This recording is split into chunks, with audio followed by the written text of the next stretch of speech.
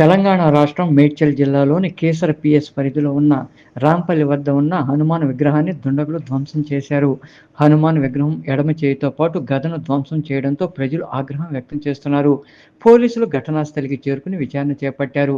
దీంతో గ్రామంలో high tension నెలకొంది. మన రాంపల్లి గ్రామంలో ఈరోజు గుర్తు తెలియని దుండగులు ఆంజనేయ స్వామి విగ్రహం పైన దాడులు చేశారు. ఆంజనేయ స్వామి చేతులు, కాళ్ళు, గద ఏకంగా మొత్తం విగ్రహాన్ని ధ్వంసం చేయడం జరిగింది. ఇలాంటి మత వ్యతిరేక శక్తులు ఉగ్రవాదులు కంటే చాలా ప్రమాదము. హిందూ సమాజం పైన దాడి చేయడం కాదు, హిందూ వ్యక్తుల పైన కూడా దాడి చేయడము. ఇలాంటి వ్యక్తులను వెంటనే పోలీసు వారు కఠిన చర్యలు తీసుకోవాలి.